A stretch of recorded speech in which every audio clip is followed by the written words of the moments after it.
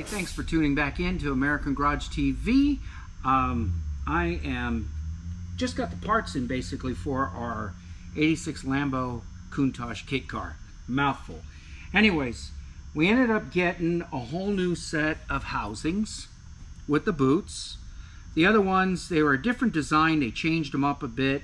I had to do some soul searching here. Come to find out that a place out in North Carolina was the one that built our CV joints. Now, these would have been farmed out back in the day from whomever the kit manufacturer was. And basically, they searched all the parts that were needed to put this thing together, and they provided whatnot to the consumer who bought these things, but then they were responsible for putting these things back together. So anyways, we've got our surface nice and clean. We've used a little bit of Windex to slide the new boot on. And now we're going to, we've already cleaned the surface. We're going to get our grease and our RTV sealant. Now on this, we're going to smear a little bit around. Why they didn't make gaskets, I don't know. If you have a laser table, I don't have a small laser cutting table. That'd be nice to get so you can make your own gaskets. You just have to obviously program the profile. So I don't care about getting some of this in the hole, but what I do care about is getting this out. And apparently there's some dryness there. Okay, so now get that. And I'll show you why I'm not concerned about getting them through the bolt holes.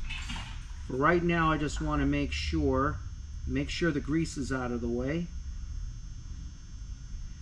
Make sure that I've got sealant all the way around. Gonna go ahead and lube our splines. And on the back side, we'll put in the C-clip. Let me get the lube all the way around, and then we'll pack it from the inside, or the back side. Okay. So that is done. Alright, so we just need to line up our holes in our splines, or just turn this. Yep, one more tooth. There we go.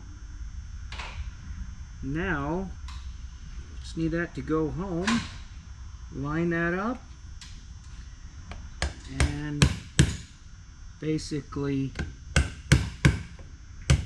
I'm using a mallet, so just be careful. Make sure this is all the way on. We're lined up with the holes.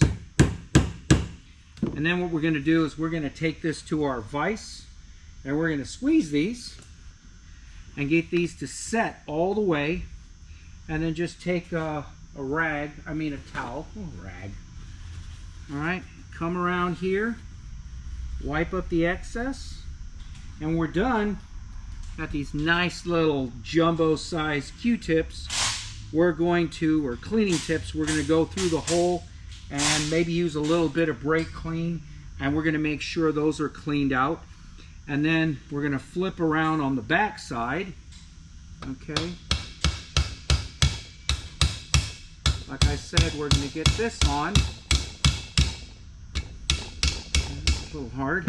Anyways, we're going to install our C-clip. We're going to clean the surface here. We're going to do the same thing. But prior to that, we're going to make sure we've impacted all the grease. And before we finish seating this side on, it's probably a good idea to put a lot of grease inside here.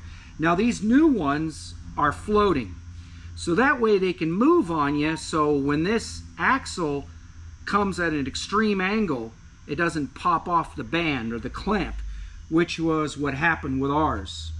And so again, once that's done, we'll go ahead and line this up the same, put on our end cap, and like I said, RTV seal that as well, and make sure this is all compressed. Get your Q-tip here, clean out these mounting holes, and that's it. You got 3 more to go, and you got yourself a rebuilt axle. Thanks for tuning in. Be sure to like, subscribe, hit that notification bell, share with a friend. We thank you again for tuning in to American Garage TV. I will see you on the next video.